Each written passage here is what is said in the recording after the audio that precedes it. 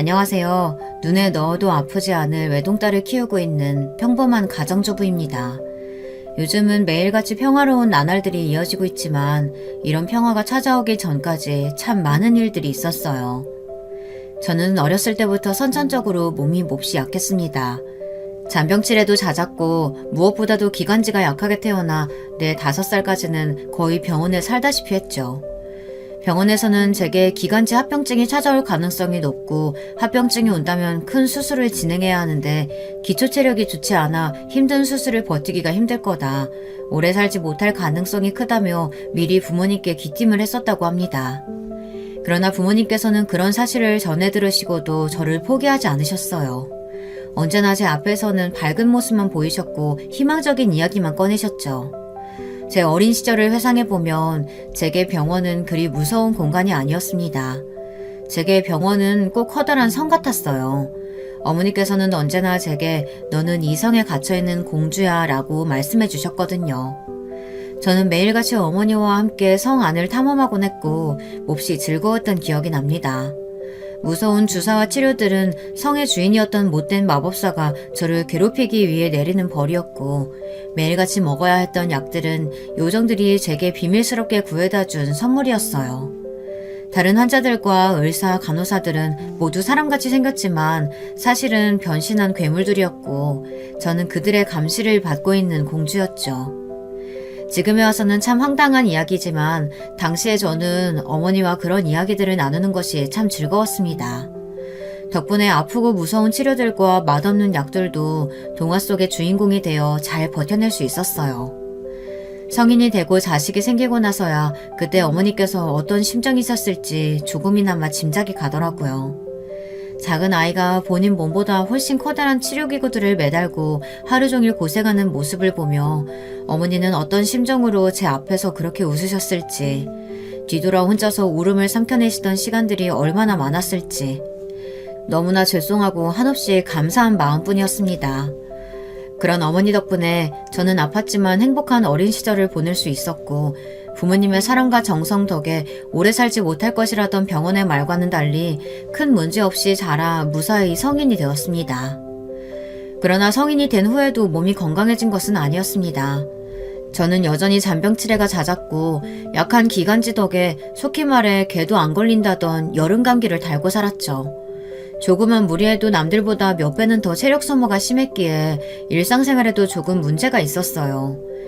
약을 한 트럭씩 달고 살았고 회사에서도 매일같이 코피를 쏟기 일쑤였어요.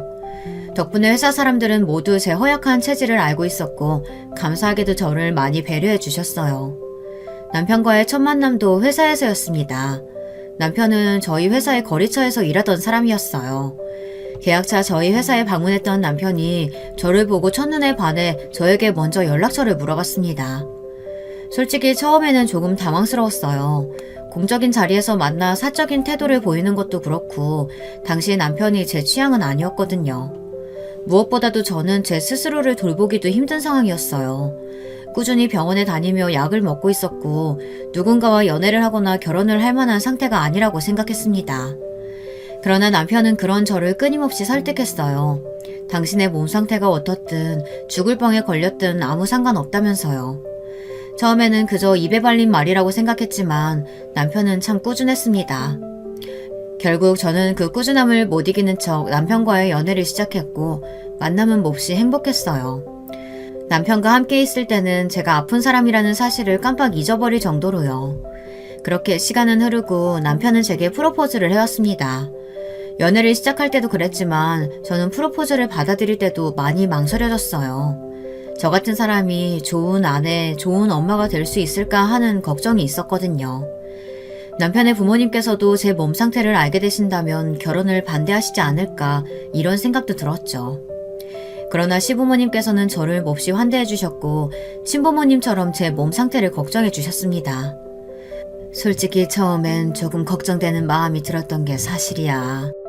매 끼니마다 챙겨 먹는 약이 산더미에 병원을 집처럼 드나든다는 소리에 어떤 부모가 아무 근심이 생기지 않을 수가 있겠어. 그렇지만 나중에는 오히려 더 믿음이 가더구나. 그런 아픈 몸 상태로 넌 회사 생활 열심히 하고 있지 않니? 몸은 조금 아프더라도 정신력은 남들의 절대 뒤지지 않는 아이겠구나 싶었지. 시어머니의 말씀에 저도 모르게 눈물이 나더라고요. 나름대로 열심히 지내며 아무렇지 않은 척하고는 있었지만 허약한 몸과 부족한 체력에 사회생활을 하며 혼자서 서러웠던 적도 몹시 많았습니다. 당사자가 아니고서야 이해하기 힘든 상황을 시댁 식구들은 모두 본인들의 일처럼 여겨주었어요. 시부모님께서는 그 뒤로도 저를 친딸처럼 아껴주셨고 남편 또한 정말 다정하고 좋은 배우자였습니다. 그렇게 제 결혼 생활은 아무 문제 없이 행복하게 흘러갔어요. 하지만 딱 한 가지 문제가 있었습니다. 바로 아이였어요. 아이는 결혼 전부터 저에게 가장 큰 걱정거리였습니다.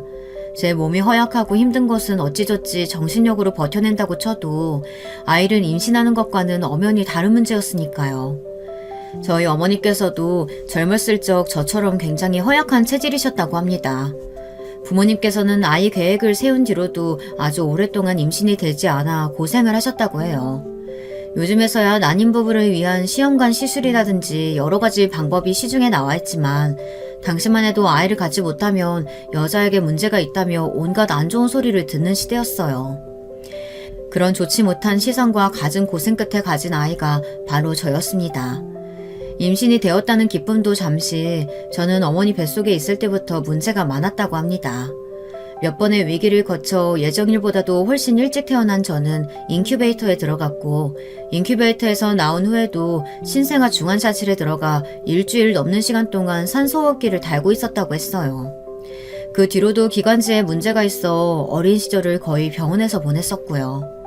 어렸을 적보다는 많이 나아지긴 했지만 성인이 되고 나서도 여전히 좋지 않은 몸이었고 이런 상태니 당연히 아이는커녕 제 몸 하나 건사하기도 힘든 상황이었죠. 물론 결혼 전부터 남편은 이런 제 몸 상태를 전부 알고 있었지만 알고 있는 것과 이해하는 것은 다른 일이었기에 남편에게는 몹시 미안한 마음이었습니다. 결혼 생활에서 자녀를 무엇보다 중요하게 여기는 사람들이 많잖아요. 이런 저와 결혼하여 남편이 저를 원망한다 한들 제가 감내해야 하는 부분이라 생각했습니다. 아이 문제는 결혼 전부터 충분히 얘기했던 문제잖아. 난 아이 없어도 괜찮아. 물론 당신이랑 나 닮은 아이가 생긴다면 너무나 행복하겠지. 그렇지만 아이를 갖기 위한 가정이 당신 몸에 큰 무리를 준다면 욕심내고 싶지 않아. 난 당신만 있으면 돼. 나한테 가장 중요한 건 아이가 아니라 당신이니까. 그러니까 너무 부담 갖지도 말고 슬퍼하지도 말고 나한테 미안해 하지도 마. 우리 둘한테만 집중하면서 살자. 그런 남편의 말이 어찌나 고맙고 감동이던지요. 제 등을 토닥여주던 남편의 품에 안겨 아이처럼 엉엉 울었던 기억이 납니다. 남편은 욕심을 내지 말자고 말했지만 시간이 흐를수록 저는 점점 더 아이에 대한 생각이 커져갔습니다. 자연 임신 시도를 해봤지만 당연히 쉽지 않았어요. 애초에 저는 월경도 몹시 불규칙한 편이었고 각종 약들을 달고 살았으니까요. 그렇게 번번이 실패하며 아이를 거의 포기하던 차에 동서 부부에게 먼저 아이가 생겼습니다. 제가 동서 부부에 대한 이야기는 앞전에 쓰지 않았던 것 같네요. 남편에게는 나이 차이가 꽤 나는 남동생이 하나 있었는데 저희가 결혼하고 대략 5년 정도 후에 도련님도 식을 올리셨거든요. 상대는 강남 출신의 여자였고 한눈에 봐도 예쁜 외모에 부잣집 딸 같은 느낌이었어요. 평범한 회사원이었던 남편과는 다르게 도련님은 의사였고 선을 봐서 동서와 만나게 되었다고 했어요. 적당한 아파트에 전세 대출을 받아 신혼집을 차린 저희와는 달리 동서 부부는 동선의 친정에서 넓은 신축 아파트를 마련해 주셨다고 했습니다. 처음 그 이야기를 전해 들었을 때는 조금 주눅이 들기도 하고 남편에게 미안한 마음이 들더라고요. 저희 집은 어렸을 적부터 제 병원비를 마련하느라 지금도 형편이 그닥 좋은 편이 아니거든요. 남편은 그런 저에게 동서 부부는 동서 부부고 우리는 우리라며 본인도 저에게 해준 것이 없는데 미안해할 필요가 뭐가 있느냐고 전혀 그럴 필요 없다고 말해주었습니다. 저는 그런 남편의 등을 두드리며 내가 다른 건 몰라도 남편 하나는 기가 막히게 잘 골랐다며 장난스레 맞장구를 쳐주었죠. 남편 말대로 저희는 비록 작은 아파트에서 살고 있었어도 둘이서 몹시 행복했습니다. 아무튼 다시 본론으로 돌아와서 그렇게 시간이 흐르던 와중 동선의 부부에게 먼저 아이가 생겼던 거예요. 사실 동서 부부도 결혼하고 3년여가 흐르고 나서야 아이가 생긴 것이었으니 그리 빠른 편은 아니었어요. 언젠가는 일어날 일이었지만 그 소식을 들으니 마음이 이상하게 무겁더라고요. 이상한 조바심도 들었습니다. 시부모님께서는 제 몸 상태를 잘 알고 계셨기에 저희 부부에게 먼저 손주 이야기를 꺼내신 적이 없었습니다. 그렇지만 당연히 마음속으로는 손주를 바라고 계셨겠죠. 동서 부부에게 아이가 생겼다는 소식을 듣고는 어찌나 기뻐하시던지요. 그 모습을 바라보니 마음이 씁쓸해지기도 하고 참 복잡한 심정이었습니다. 동서의 아이는 건강한 공주님이었고 병원에서 처음 만난 시조카는 동서를 쏙 빼닮아 아주 예쁘장하고 귀여웠어요. 임신 소식을 들었을 때도 그랬지만 정말로 태어난 아이를 보니 마음이 더욱더 아려오더라고요. 자연 임신이 되기 힘든 몸이고 그 사실을 누구보다 잘 알고 있었지만 그 사실을 머리로 이해하는 것과 가슴으로 이해하는 것은 참 다른 일이더군요. 그런 제 모습을 한동안 지켜보던 남편은 제게 먼저 이야기를 꺼냈습니다. 여보, 우리 시험관 시술 한번 해볼까? 그동안은 당신 몸 생각해서 먼저 이야기 꺼내지 않았는데 당신이 옆에서 힘들어하는 모습 그만 보고 싶어. 건강한 사람들도 시험관 시술 몇 번 하면 몸에 무리가 많이 간대. 그만큼 힘들고 어려운 일이 될 거야. 그래도 시도해보고 싶어? 사실 저도 남편에게 시험관 시술 이야기를 꺼낼까 말까 몹시 고민하던 차였습니다. 남편 말대로 시험관 시술은 몹시 힘든 일이었으니까요. 비용도 한두 푼이 아니었고 시도한다 해도 제 몸에 무리만 가고 아이가 생길 것이라는 확신도 가질 수 없었습니다. 특히 제 몸 상태가 이렇다 보니 남들보다 더 힘들고 긴 시간이 될 거라는 생각이 들었거든요. 남편도 저만큼 아이를 원하는지 확신도 없었고요. 잠시 고민하던 저는 고개를 끄덕였습니다. 지금이 아니면 다시는 시도해보지 못할 것이라는 생각이 들었어요. 더 이상 시간이 흐르면 곧 40을 바라보는 나이에 영영 시도해보지도 못하고 아이를 포기하게 될 거라는 생각이었죠. 그렇게 저희 부부는 시험관 시술을 시작하게 되었습니다. 처음 난임 병원에 가고 나서 느꼈던 것은 임신에 어려움을 겪고 있는 사람들이 생각보다 정말 많구나 하는 것이었습니다. 진료 예약 잡기가 힘들 정도였고 로비에는 사람이 바글바글 하더라고요. 그 모습을 보니 두려웠던 마음에 약간의 위안이 되었던 것 같아요. 나만 이런 문제를 겪고 있는 거는 아니구나 싶었죠. 시험관 시술에 대해 아시는 분이 계실지 모르겠지만 시술은 꽤 길고 복잡한 절차를 가지고 있습니다. 시험관 시술을 원한다 해서 무조건 시술을 시도해볼 수 있는 것도 아니고 여러 가지 검사를 통해 시술에 적합한 몸인지 확인을 거친 후 본격적인 시술에 들어갈 수 있더라고요. 다행히도 저는 검사 결과 시험관 시술을 진행할 수 있는 몸이었고 가장 먼저 여성 호르몬을 높여주는 약을 먹기 시작했습니다. 여성 호르몬이 높아져야만 자궁 내막이 두꺼워지고 자궁 내막이 두꺼워져야 임신 가능성이 높아지거든요. 호르몬에 관련하는 약이라 그런지 약을 먹는 동안 컨디션 변화가 극심했습니다. 아무 잘못 없는 남편에게 이유 없이 화를 내기도 하고 동서 아이에 대한 이야기를 전해드릴 때마다 괜히 자격지심이 들어 짜증을 부리기도 했습니다. 별거 아닌 일에도 눈물이 쏟아지고 조금만 움직여도 숨이 차더라고요. 그렇지 않아도 챙겨 먹는 약이 산더미인데 약이 한 가지 더 늘어나니 스트레스를 받기도 했습니다. 그렇게 힘든 시간이 지나고 저는 주사를 맞기 시작했습니다. 주사는 배란을 유도하여 여러 개의 난자를 키우는 역할을 했어요. 전 어렸을 때부터 주사 맞는 것에 너무 익숙해져서 별 문제 없이 주사를 맞았었지만 시험관 시술을 받는 다른 산모들은 주사를 너무 자주 맞아야 하는 것이 꽤나 스트레스인 모양이더라고요. 병원에서 주사 맞는 데는 어려움이 없냐 물어오기에 괜찮다고 답하니 보기 드문 경우라고 말씀해 주셨던 기억이 납니다. 그렇게 주사를 맞으며 3, 4일 간격으로 병원에 내원하여 난자가 잘 크고 있는지 초음파 검사를 하다가 최적의 시기가 되었을 때 난자를 채취하게 됩니다. 처음 난자를 채취하기 전날 어찌나 가슴이 떨리던지요. 인터넷을 뒤져 각종 후기를 찾아보고 병원에서 준 안내문을 달달 외울 때까지 읽었습니다. 난자 채취 전날에는 건강검진 전날처럼 물을 포함하여 금식을 해야 했고 밤새 바짝 마른 입으로 잠도 한숨 자지 못한 채 병원으로 향했습니다. 병원에 도착해 저는 난자를 채취하고 남편은 정자를 채취하기 위한 수음실에 들어갔습니다. 밤새 긴장했던 것이 무색하게 시술은 빠르게 끝났어요. 마취에서 깨어나니 2~5시간 정도 흘러 있었던 것 같습니다. 그렇게 집으로 돌아와 재발 채취 결과가 좋기를 빌었고 며칠 후 병원에서 연락이 왔습니다. 제 몸에서 몇 개의 난자가 채취되었는지, 몇 개가 수정되고 배양되었는지 안내를 해주었어요. 호르몬 수치가 높아 수정된 배아를 그대로 이식하지는 못하고 동결 후 이식을 해야 한다고 했습니다. 뭐가 되었든 이식이 가능한 상황이라면 다행이라고 생각했어요. 최대한 건강한 몸 상태로 아이를 맞이하기 위해 한 달여간 운동이며 식단을 열심히 조절하며 이식을 기다렸습니다. 그렇게 한 달이 지나고 첫 번째 배아 이식을 받게 되었고 결과는 당연스럽게도 실패였습니다. 수정된 배아가 제 자궁에 착상을 하지 못했다는 뜻이었죠. 첫 술에 배부를 리 없다고 생각하긴 했지만 막상 오랜 기간 동안 기대를 가지고 임했던 일이 완벽하게 실패로 돌아가니 마음이 많이 아프더라고요. 병원에서는 1차 시도에 성공하는 부부가 생각보다 많이 없다면서 분명 다음번에는 좋은 소식이 있을 거라고 저와 남편을 위로해 주었습니다.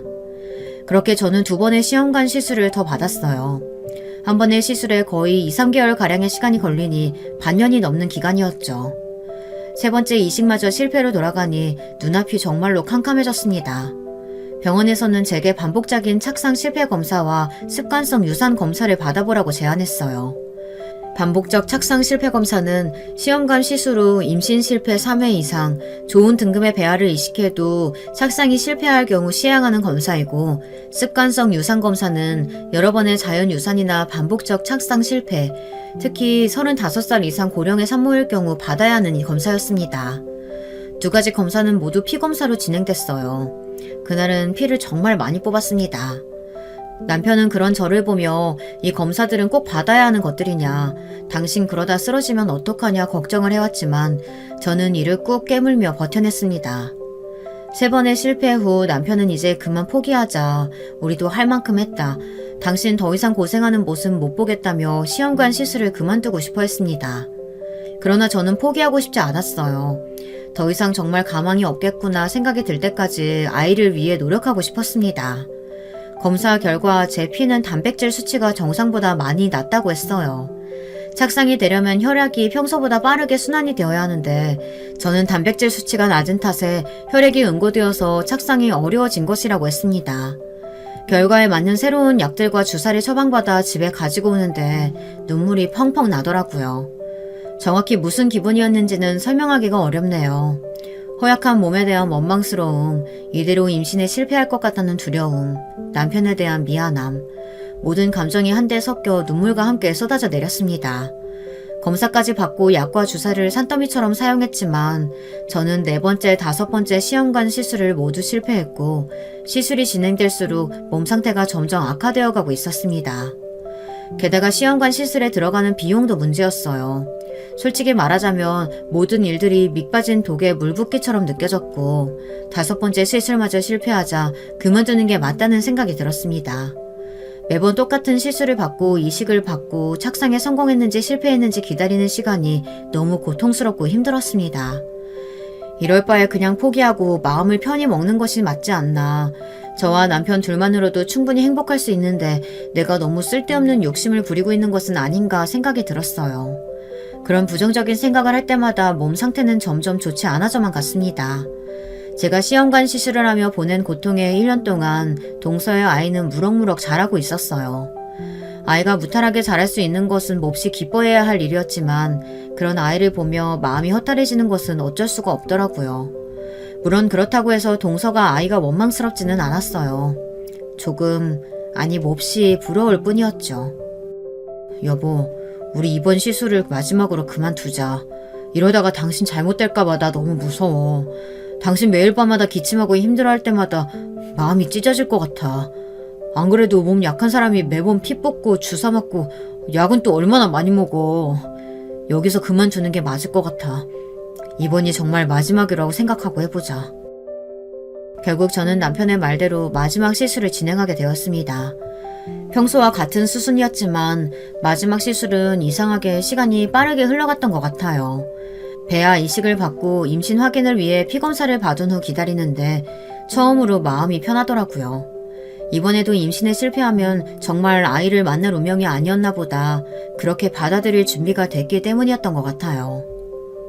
여보, 나 임신이래. 우리 드디어 아이가 생긴 거야.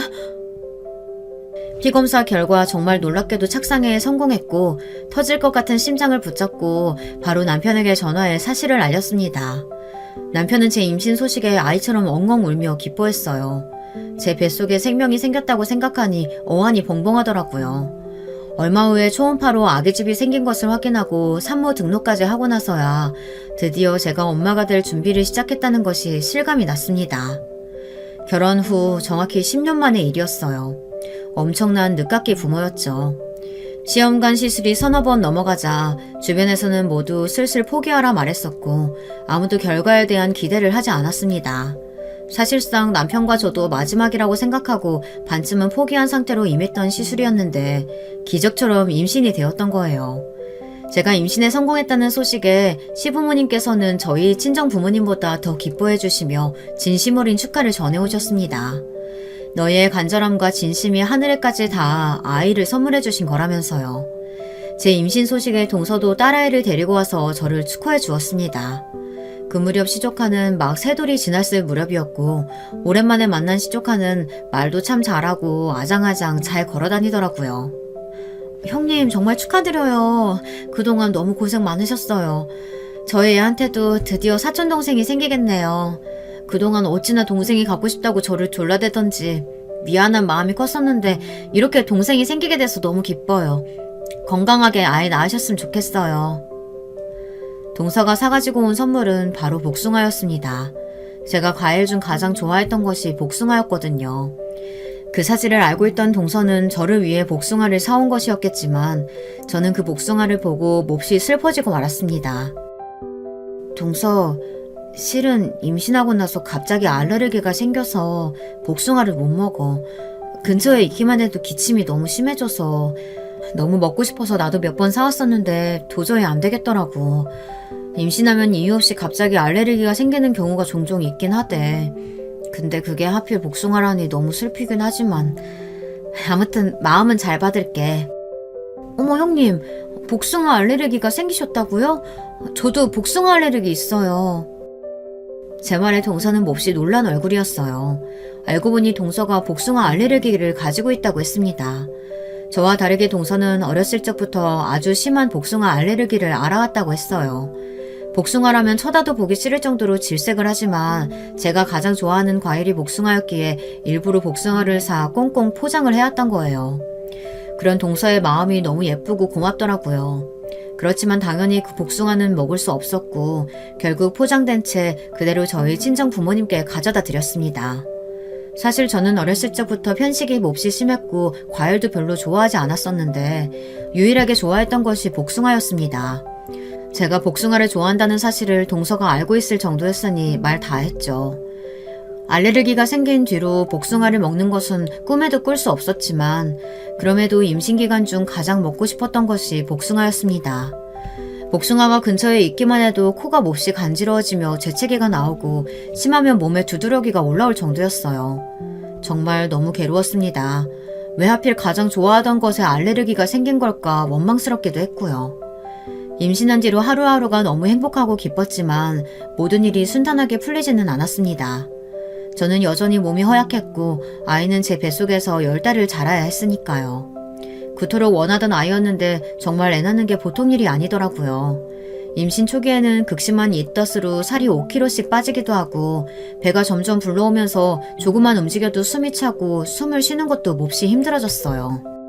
임신 때문에 그동안 먹던 약들도 먹지 못하게 되며 기관지도 많이 약해졌고 이래저래 힘든 일들이 많았죠. 결국 임신 말기쯤 병원에 입원해 하루 종일 누워 지내다시피 했고 그런 저의 모습을 보며 남편은 몹시 마음 아파했습니다. 물론 몸은 너무나 힘들었지만 그래도 마음만은 행복했습니다. 하루빨리 아기 천사를 만나고 싶은 마음뿐이었어요. 그렇게 9달이 흘러 저희 딸아이는 예정일보다 조금 이르게 저희 부부를 찾아왔습니다.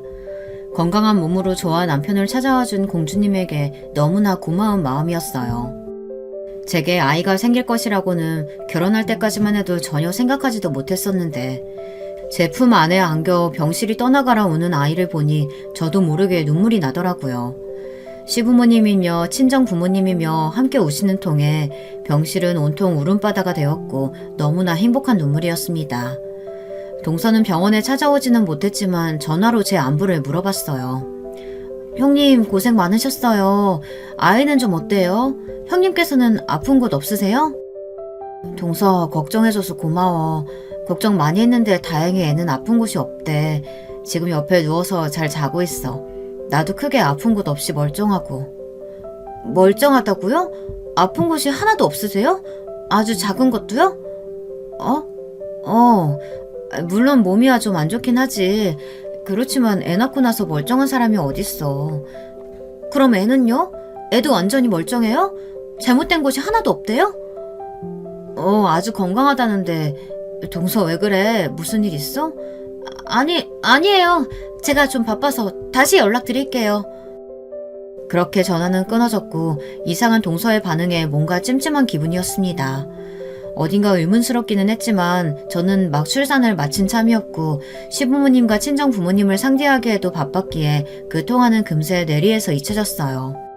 그렇게 저는 산후조리를 시작했고 몸은 조금 아프고 피곤했지만 너무나 사랑스러운 저희 딸과 함께 시간을 보내며 행복한 나날을 지내고 있었습니다. 형님, 지난번엔 제가 좀 무례했죠? 죄송해요. 그때 제가 일이 많았거든요. 그동안에도 너무 바빠서 이제야 숨 돌릴 틈이 좀 났네요. 한번 찾아뵈야 하는데 이런 기쁜 일을 그냥 넘길 순 없잖아요. 저희끼리 간소하게 축하 파티라도 하는 건 어때요? 형님네 부부랑 저희 부부 넷이서요.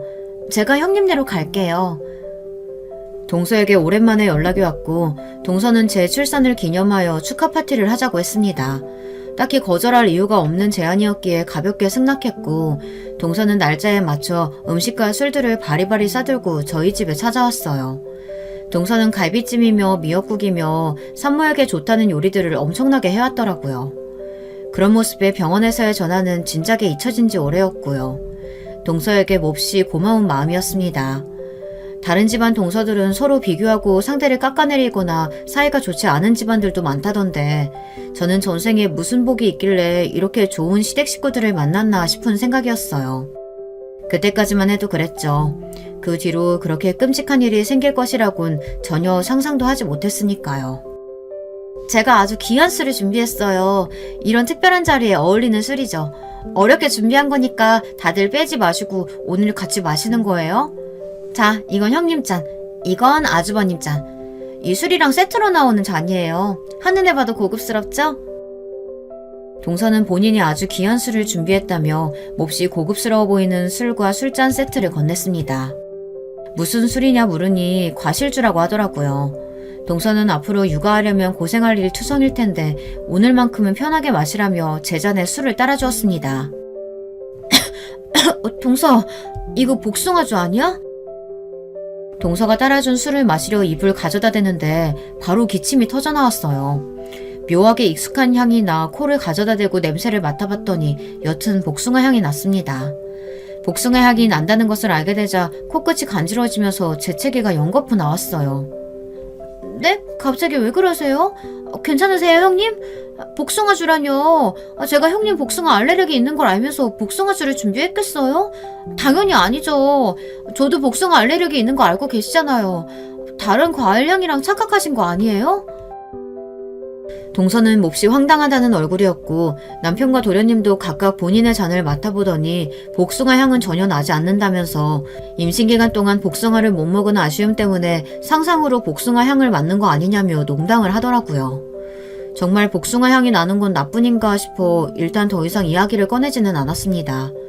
그러나 술을 마시려 다시 잔을 가져다 대는 순간 목이 몹시 간지러워지는 기분이었고 도저히 그 잔 안에 들어있는 술을 마실 수가 없었습니다. 건배를 해놓고도 잔을 그대로 내려놓자 이미 본인의 잔을 비워낸 동서가 섭섭한 목소리로 말을 꺼냈어요.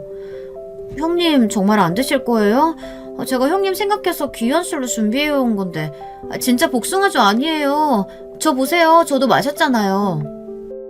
동서도 분명 심한 복숭아 알레르기가 있다고 했고 만약 복숭아가 들어있는 술이라면 동서도 마시지 않아야 할 텐데 동서는 아무런 문제 없이 술을 마시고 있었습니다. 동서는 계속해서 제게 술을 권했고 저는 복숭아 때문에 그런 게 아니라 지금 잠깐 속이 안 좋아져서 그런 거다. 괜찮아지면 마실 테니 걱정하지 마라 대답했습니다. 정말 내가 과민 반응인 건가 싶었지만 아무리 맡아봐도 제 잔에서는 묘한 복숭아 향이 났고 결국 저는 셋이 취해 떠들고 있는 틈을 타 동서의 잔과 제 잔을 몰래 바꿔치기 했습니다. 동서의 잔에서는 아무런 향이 나지 않았어요. 더더욱 이상한 기분이었어요. 같은 잔에 같은 술을 따랐는데 어떻게 한 잔에서만 복숭아 향이 날 수 있겠어요. 그러나 동서는 바꿔치기 한 제 잔을 아무렇지 않게 잘 비워냈고 이상함을 느끼지 못하는 것 같았습니다. 정말 내가 이상한 건가 싶었지만 아무래도 찝찝한 마음이 지워지지 않아 결국 자리가 끝날 때까지 술은 한 모금도 입에 대지 않았어요. 동서는 돌아가면서도 섭섭한 마음을 표현했고 저는 미안하다며 컨디션이 갑자기 좋지 않아져서 그랬다. 남은 술은 뒀다가 잘 마시겠다 대답했습니다. 그렇게 동서 부부가 돌아가고 남편의 말대로 임신기간 동안 복숭아를 먹지 못해서 상상으로 향을 맡았던 건가 하는 생각에 동서에게 조금 미안한 기분이 들었습니다. 그러나 일은 그 다음 날 일어났습니다. 자고 일어나자마자 남편이 큰 소리로 전화를 받고 있었어요. 무슨 일이냐 물으니 동서가 어제 새벽에 갑자기 쓰러져서 병원에 입원을 했다고 했습니다. 갑자기 입원이라니 그게 무슨 말이냐고 묻자 돌아갈 때까지만 해도 멀쩡하던 동서가 집에 도착하자마자 갑작스레 온몸에 두드러기가 나더니 숨이 안 쉬어진다고 캑캑거리다 그대로 기절을 했다는 겁니다.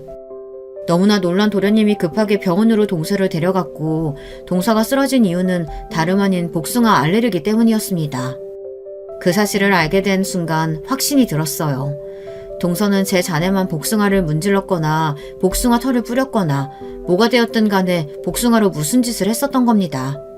술에 취해 복숭아 향을 제대로 맡지 못하고 제가 바꿔치기 했던 잔에 담긴 술을 연거푸 마셨던 거고요.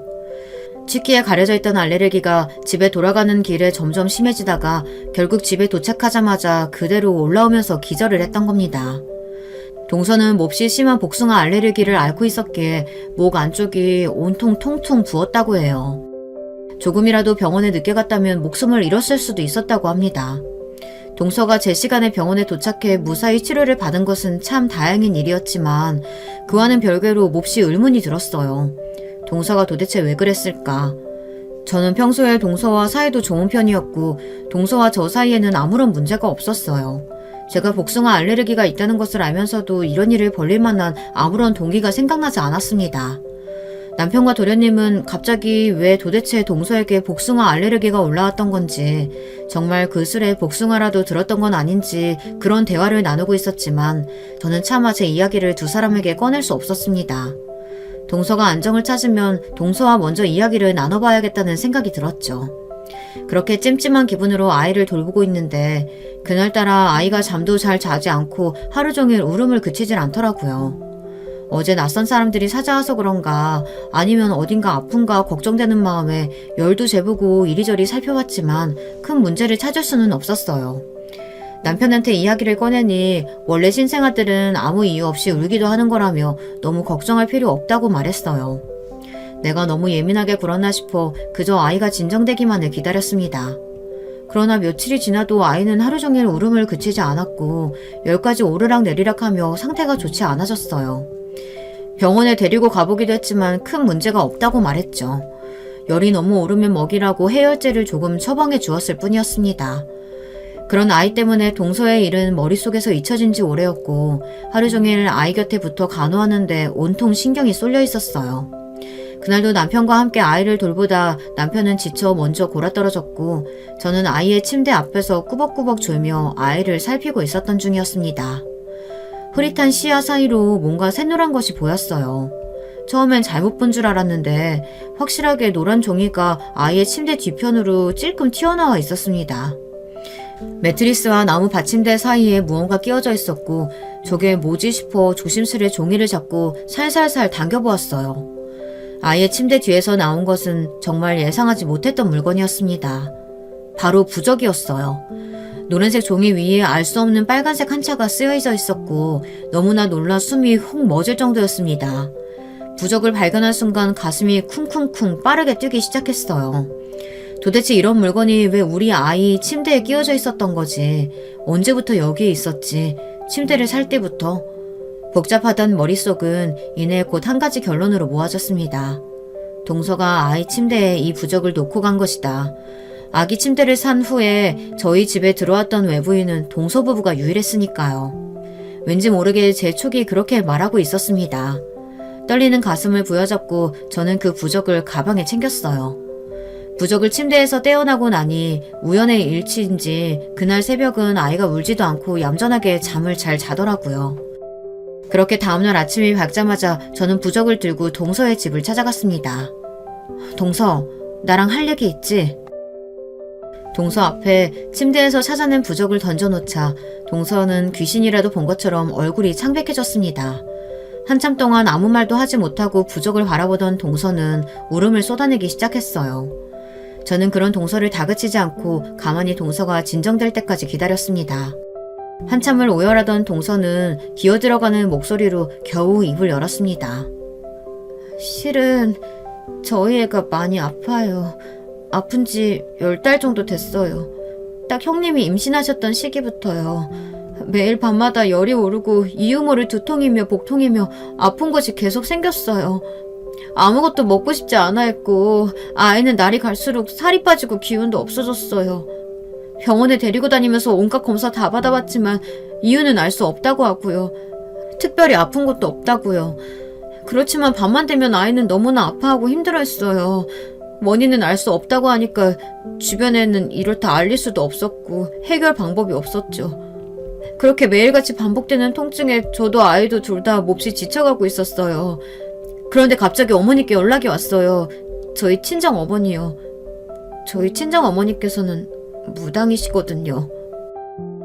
강남의 어느 부잣집 출신인 줄만 알았던 동서의 집안은 실은 대대로 무당을 해오던 집안이었다고 합니다.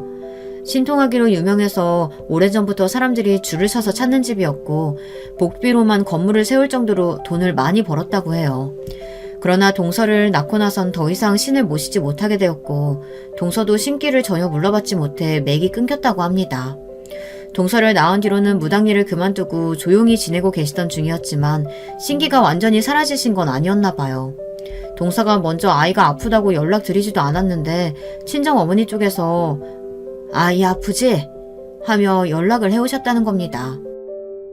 어머니께서 이런 일을 맞추셨던 건 전에도 종종 있었던 일이라 그렇게 놀라진 않았어요. 그렇다 아픈 지 꽤 됐다 말씀드리니까 원래 그 집안에 다른 아이한테 가야 할 애군이 저희 아이한테 와서 그런 거라고 말씀하시더라고요. 그 말을 들으니까 바로 형님 아기가 생각났어요. 그치만 저는 어렸을 때부터 미신 같은 걸 믿지 않았어요. 무당 딸이 미신 믿지 않는다니 참 웃기죠. 전 어머니 쪽이 무당이신 것도 싫었고 그런 쪽하고 엮이고 싶지도 않았어요. 그래서 독립도 일찍 했고 어머니와 최대한 연락을 하지 않고 지냈었죠. 무슨 말도 안 되는 말씀이시냐고 그런 어이없는 말 하지 말라고 단칼에 잘라냈지만 어머니께서는 몇 달째 아픈데 병원이고 아무데도 이유 찾지 못하지 않았냐며 본인이 시키는 대로만 하면 그 애군이 다시 원래 가야 할 자리로 갈 거라고 그러셨어요. 처음에는 말도 안 되는 소리로 치부하고 넘어가려고 했던 동서도 눈앞에서 아이가 고통스러워하는 모습을 계속해서 보다 보니 이성적인 판단이 잘 되질 않았다고 합니다. 그렇지 않아도 저는 몸이 약했으니 당연히 그 자식도 몸이 약하고 문제가 생겨야 하는 게 맞을 텐데 아무 문제 없던 본인의 아이가 갑자기 아프게 되었고 제 뱃속에서는 아이가 문제없이 무럭무럭 크고 있었으니 정말 제 아이에게 가야 할 애군이 본인의 딸에게 오게 된 것은 아닐까 하는 생각을 하게 되었다고 해요. 결국 저는 다시 어머니께 연락드렸고 어머니께서는 구슬하자고 하셨어요. 미신이고 굿이고 정말 싫었지만 그때는 그게 저희 아이를 위한 일이라고 생각했어요. 그래서 형님이 아이 낳으실 쯤 굿을 올렸어요. 애군이 태어날 아이에게 돌아갈 굿이라고 했고요. 동서는 어머니께서 시키는 대로 닭에 피며 여러 가지 재료를 준비해서 굿을 올렸다고 합니다. 이렇게만 하면 모든 일이 원래대로 돌아갈 거다. 남을 저주하는 게 아니라 애군을 원래 가야 할 자리로 돌려놓는 것일 뿐이니 별 문제 없을 거다 생각하면서요. 그렇지만 결론부터 말하자면 그 굿은 아무런 효과가 없었습니다. 저와 아이 모두 무사히 별 문제 없이 출산을 했으니까요. 그래서 제게 안부 전화를 했던 동서의 반응이 이상했던 겁니다. 아무런 효과가 없다는 걸 알게 되자 역시 미신은 미신일 뿐이구나. 내가 아이가 아픈 걸 보니 잠시 정신이 나갔었구나 그런 생각이 들었어요. 그러나 어머니께선 네가 그런 마음으로 굿을 올리니 당연히 신께서 들어주시지 않은 거라면서 정말로 온 마음과 정성을 다해야만이 우리 아이에게 온 애군이 옮겨간다고 말씀하셨어요. 그러면서 동서의 어머니께서는 부적 하나를 써주셨다고 합니다. 이제 정말 마지막 기회다. 이 시기를 놓치면 애군은 영원히 동서의 아이에게 자리를 잡게 될 테니 정신 똑바로 차려야 한다. 이 부적을 새로 태어난 아이 주변에 두어야 한다. 그리고 이 부적이 자리 잡을 수 있도록 아이의 엄마가 잠시라도 그 집을 떠나게 만들어야 한다고 말했다고 합니다. 부적을 받고 고민하던 동서는 결국 계획을 실행했습니다. 제가 복숭아 알레르기가 있다는 사실을 알고 있었기에 제 자네만 일부러 복숭아를 문질러 두었고 알레르기 반응이 올라온다면 병원으로 향할 거라고 생각했다고 합니다.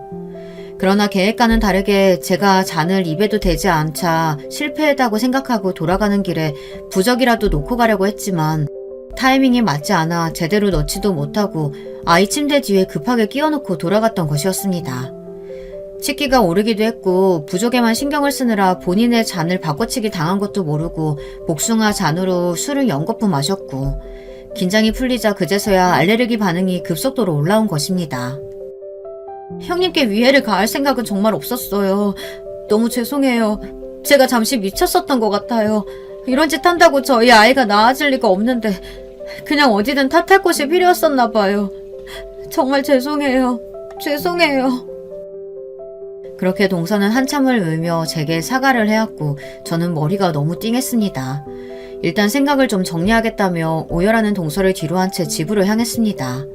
이 이야기를 시댁 식구들에게 꺼내야 할지 말아야 할지 몹시 고민이 되더라고요. 그러나 이대로 저만 아는 비밀로 묻고 넘어가기에는 언젠가 동서가 또 비슷한 짓을 할지도 모른다는 생각이 들었어요. 결국 남편에게 그동안의 모든 이야기를 털어놓았습니다. 제 이야기를 들은 남편은 경악하며 고개를 가로저었어요. 사실 당신은 모르겠지만 동서가 이런 적이 처음이 아니야. 예전에도 한번 동생을 데리고 구슬했었다고 하더라고. 그때 거의 이혼할 뻔하고 정신 차린 줄 알았더니 아직도 그대로인 모양이네. 알고 보니 동서가 이런 짓을 했던 게 처음이 아니더라고요. 동생네 부부도 아이가 꽤나 늦게 생긴 편이라고 말했었죠. 아이가 생기지 않자 동서는 도련님에게 구슬하자고 말을 꺼냈었다고 합니다. 도련님은 당연히 무슨 굿이냐며 거절했고 동서도 어머니께서 하도 성화라 이야기를 꺼내본 거라며 대수롭지 않게 넘어갔다고 했어요. 그러나 동서는 그 뒤로 도련님 몰래 어머니께서 써주신 부적들을 집 안에 붙여놓았다고 합니다. 도련님이 부적들을 발견하고 떼어버리려고 하자 기겁하면서 도련님을 말렸다고 해요. 그걸 떼어버리면 아이도 함께 떼어내는 것이나 마찬가지라면서 아이가 가지고 싶으면 참으라고 도련님에게 윽박을 질렀다고 합니다. 그러나 도련님은 미신을 전혀 믿지 않은 분이었고 두 사람은 크게 다투게 되었습니다. 이혼 이야기가 오고 갈 정도로 큰 싸움이었지만 도련님 쪽이 우위를 점했다고 했어요. 도련님께서는 앞으로 굿이나 부적 등 미신 이야기를 꺼내면 무조건 헤어지겠다고 으름장을 놓았고 그 뒤로 동서는 그런 이야기를 일절 꺼내지 않았다고 해요. 아이도 자연스레 들어섰다고 합니다. 그동안 저와 동서 사이에서 일어난 이야기를 전해 들으신 도련님께서는 몹시 충격을 받으신 모양이었어요. 결국 얼마 지나지 않아 동서와 이혼하기로 했다는 이야기가 들려왔고 동서는 갈라서자는 도련님의 말에 다 본인의 잘못이라며 미안하다 담담히 받아들였다고 했습니다. 솔직히 말하자면 동서와 도련님이 이혼하고 난 뒤에도 저는 동서가 나오는 악몽을 꾼 적이 많습니다. 본인을 이혼하게 만든 저를 원망하며 구슬한다거나 저 몰래 저희 집에 찾아와 부적을 붙여놓고 가지 않을까 그런 걱정도 많이 했고요. 특히 저희 집에는 너무나 소중한 딸이 있었기에 더더욱 걱정이 컸습니다. 그러나 어느 날 갑작스레 들려온 소식으로 제 걱정은 완벽하게 해결되게 되었습니다. 뭐? 동서가 절에 들어갔다고? 전에 듣기로는 그렇다더라고. 얼마 전에 동생한테 연락이 왔대. 정말 사람 인생이란 어떻게 흘러갈지 모르는 일이죠. 강남의 부잣집 딸이었던, 물론 무속 집안의 딸이긴 했지만 나름대로 평범한 인생을 살고 있었던 동서가 절에 들어가게 되다뇨. 동서는 어렸을 적부터 무당이었던 어머니의 등살에 시달리며 원하지도 않는 무속신앙을 보고 들으며 자랐고 어머니 덕에 이혼까지 한 마당에 더 이상 어머니에게 휘둘리고 싶지 않고 마음의 평안을 찾고 살고 싶다며 절에 들어갔다고 해요. 절에 들어가 여생 동안 도련님과 딸의 무탈과 평안만을 바라며 조용히 살겠다면서요. 동서가 절에 들어가기로 했다는 소식에 도련님께서는 조금 충격을 받긴 하셨지만 이내 동서의 삶을 존중하기로 하셨다고 합니다. 도련님 밑에서 자라고 있는 시조카는 아픈 곳 하나 없이 건강하게 무럭무럭 자라고 있어요. 저희 딸 또한 동서가 떠난 뒤로 아무런 문제 없이 시조카와 자매처럼 잘 지내고 있고요. 동서가 절에 들어갔다는 소식을 들은 뒤로 저도 악몽 같은 건 꾸지 않게 되었습니다. 하루게 다르게 자라나는 딸 덕분에 요즘은 매일매일이 즐겁습니다. 그러나 어렵게 저희 곁을 찾아와준 저희 아이가 앞으로도 무탈하게 자라날 수 있도록 계속해서 최선을 다해 좋은 부모가 될 수 있게 노력할 거예요. 제가 어렸을 적에 언제나 저를 사랑으로 보듬어 주셨던 저희 부모님처럼요. 여러분의 가정에도 언제나 평화와 안정 그리고 사랑만이 가득하시길 바랍니다. 긴 글 읽어주셔서 감사해요. 여러분, 두 번째 사연 시작하기 전에 좋아요, 구독 꼭 눌러주실 거죠? 그럼 두 번째 사연 바로 시작합니다.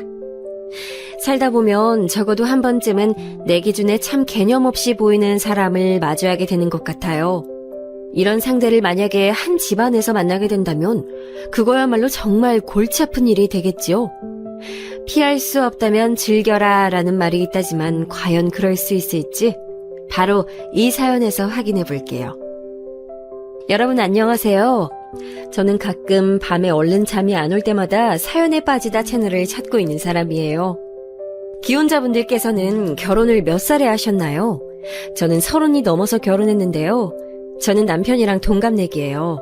근데 시어머니께서 저한테 처음 하셨던 말씀이 아유, 여자가 나이가 이렇게 많아서 어떡하니? 시집을 이날 이때까지 안 가고 대체 뭐하고 있었니? 이거였죠. 아니, 본인 아들이랑 결혼하겠다고 인사드리러 온 여자한테 지금껏 시집 안 가고 뭐 했냐고 힐난을 하시다니 지금 생각하면 너무 황당하고 어이가 없을 따름이에요. 그런데 지금이니까 그런 생각도 하는 거고요.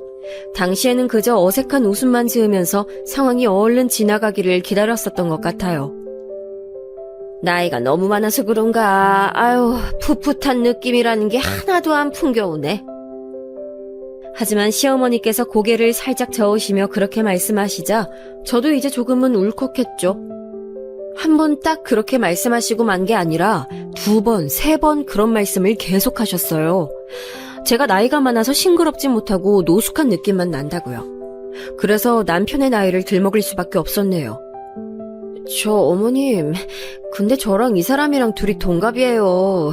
둘 다 똑같이 나이 들어가는 마당이라서 제가 외롭지는 않네요. 함께 노숙해져 가는 거니까요. 어? 아유, 근데 둘이 동갑이었어? 네가 우리 아들보다 1살 더 나이 먹은 거 아니었니? 난 여태 그렇게 들어서 알고 있었는데. 아니에요. 제가 빠른 생일이라서 학교를 먼저 들어간 건 맞지만 엄연히 동갑이에요. 빠른 생일이라고? 그럼 네가 1살 누나 맞네. 네가 우리 아들보다 연상이야. 네? 저희 둘이 태어난 날짜가 고작 넉 달밖에 차이가 안 나는데요. 그래도 분명한 차이가 있지. 네가 우리 아들보다 나이가 많은 거야. 시어머니께서 발끈하시면서 제가 굳이 연상이라고 못을 박으셨죠. 나이 많은 며느리, 그래서 무언가 하자가 있는 며느리라고 칭하면서 제 기세를 꺾어 놓으시려고 했던 것 같아요. 그 앞에서 저는 공손한 표정으로 고개를 끄덕여드린 뒤 남편을 보며 말했죠. 그러시대. 알아들었지? 그러니까 앞으로 어머님 뜻을 받들어서 나한테 누님이라고 불러. 제 말에 그때까지 멋쩍게 가만히만 있었던 남편이 몹시 당혹스러워하면서 자기 모친을 눈짓하더군요. 아이, 엄마 왜 그래? 제발 적당히 하세요. 이렇게 남편이 중얼거리자 시어머니께서는 앉으신 몸을 부들부들 떨면서 저를 흘겨보셨어요. 어디 감히 누님 호칭을 운운하냐며 저를 호통치시길래 제가 조심스레 말씀드렸죠. 네? 하지만 어머님께서 제가 확실한 연상이라고 하셨잖아요. 그게... 아유, 아니다! 그냥 둘이 같은 애에 태어났으니까 동갑 친구로 지내면 되겠네. 원래 부부 사이란 게 평생의 친구나 다름없는 거야. 그렇고 말고. 시어머니께서는 짜증스럽게 저한테 손을 휙휙 내저으시면서 말씀하셨고 그렇게 일단락이 되었죠. 당신의 아들 나이는 생각도 안 하고 왜 저한테만 나이를 들먹이셨는지 지금 생각해도 비틀린 웃음이 지어진답니다. 그런데 이때로부터 몇 년이 지났을 때 시어머니께서 이때 얘기를 꺼내시더니 나름의 항변을 해주셨어요. 하도 작은 애한테 기가 눌려서 시달려서 지내왔던지라 새 며느리가 이제 생긴다고 하니까는 초장부터 제 길을 꽉 잡아놓고 싶으셔서 그런 얕은 트집이라도 잡으셨던 거라고 하셨죠. 그럼 시어머니께서 말씀하신 작은 애가 누구냐고요? 저로 하여금 사연이란 걸 써보게 만든 실질적인 이 이야기의 주인공이죠. 바로 제 동서입니다. 시어머니의 아들은 제 남편뿐만이 아니에요. 남편은 장남이라서 남동생도 있거든요. 둘이 2살 차이예요. 근데 이제 보니까 시동생이 빠른 생일이라서 학년은 남편이랑 1살 차이라고 볼 수 있네요. 이런 경우에는 그렇다면 형제끼리 2살이 아니라 1살 차이 난다고 시어머니께선 남한테 소개를 하실 건지 갑자기 궁금해지는 대목이네요. 그러실 것 같진 않은데 하여간에 시어머니께선 살짝 웃긴 분이에요. 당시에는 어쨌든 남편하고 결혼하고픈 바람만이 가득했던 때였으므로 시어머니께서 저를 미묘하게 갈구시든 말든 별로 따지지도 재지도 않았던 것 같아요. 시동생은 결혼을 일찍 한 편이라고 할 수 있어요. 형보다 동생이 더 먼저 결혼한 경우였죠. 그래서 시동생의 아내인 동서가 저보다 결혼 선배이며 먼저 시댁하고 역사를 쌓고 있었던 거예요. 동서는 어떤 사람인가 하면 우선 첫인상은 저보다 키가 많이 작단 것이었네요. 동서가 저보다 어리고 키도 작고 아담해서 여러모로 저와 다 상반됐던 것 같아요. 딱 대비가 이뤄졌던 거죠. 동서는 키가 150대 중반이에요. 자기 입으로는 158cm라고 몇 번 주장한 적이 있었는데 절대 아니고요.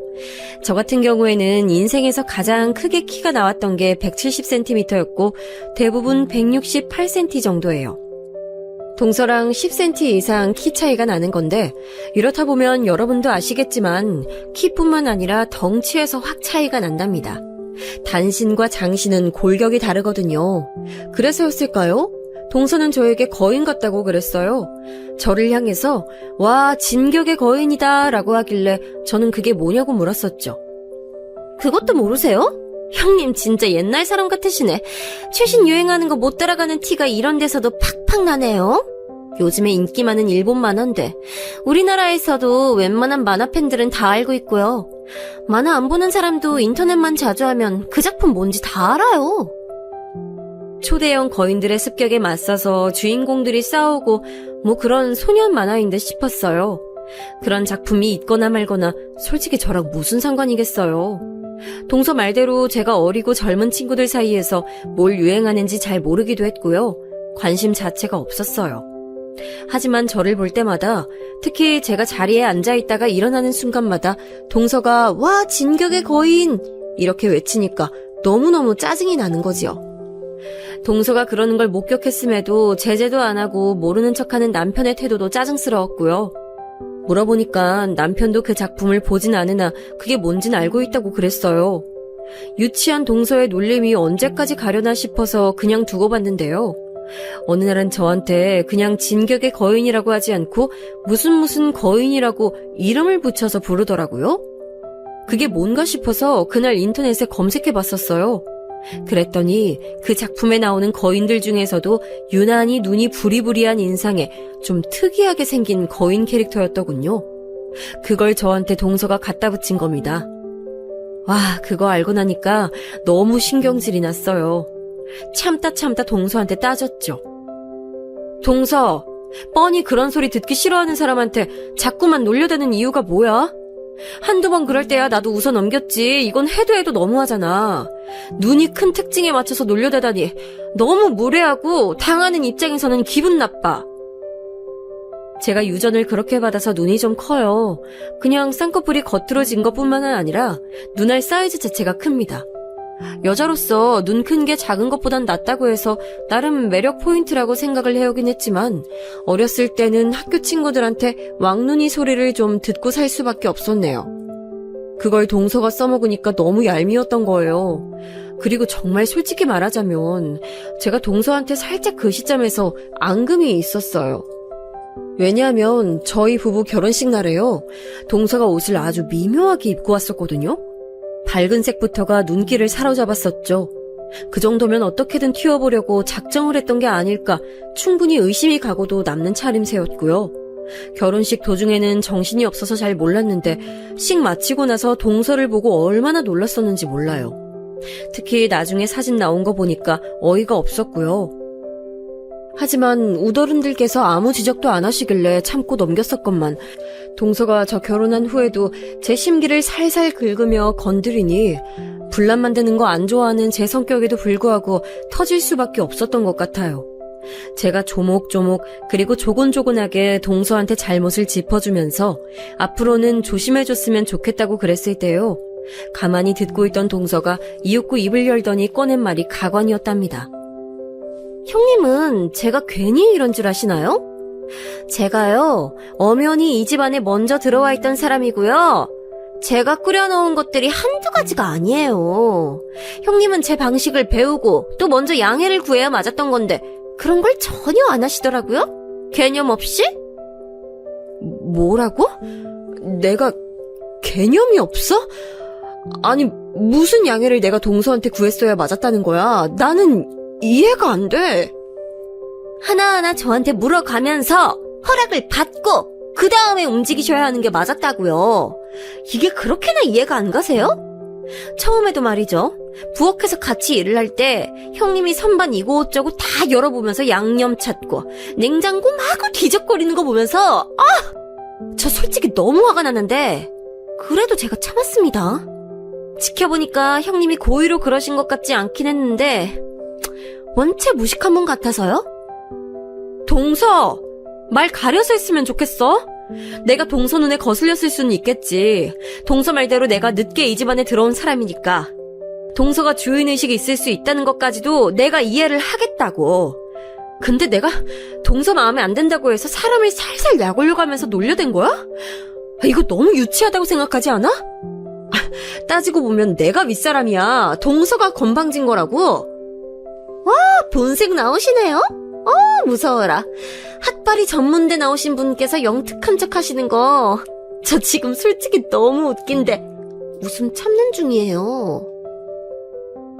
생각지도 못했던 지점을 찔러오는 동서에게 놀랐고 제 얼굴이 순간 화끈거렸어요. 저는 경기도 소재의 전문대를 나온 사람이에요. 반면 동서는 서울에 있는 4년제 여자대학을 나왔더군요. 제가 그렇게 큰 학력의 차이는 모르겠다고 동서한테 말을 했더니 자기는 자기 친정 식구들이 전부 4년제 대학 나왔다고 하면서 으스댔어요. 그러면서 저한테 제 친정 식구들은 모두 학력이 어떻게 되냐고 물었습니다. 순간적으로 말문이 막히더군요. 제 친정 부모님께서는 두 분 다 고졸이 최종 학력이시고요. 친정 오빠는 고졸이었다가 나중에 대학 다녔어요. 야간대학으로 졸업장을 따냈죠.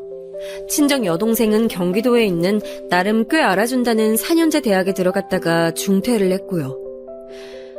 이때 괜히 속으로 여동생을 좀 원망했네요. 기껏 대학 보내놨더니 자퇴를 했으니까요. 이 망할 기집애가. 동서, 지금 설마 학벌로 사람 가르겠다는 건 아니겠지? 한 집안 식구끼리 너무한 거 아니야?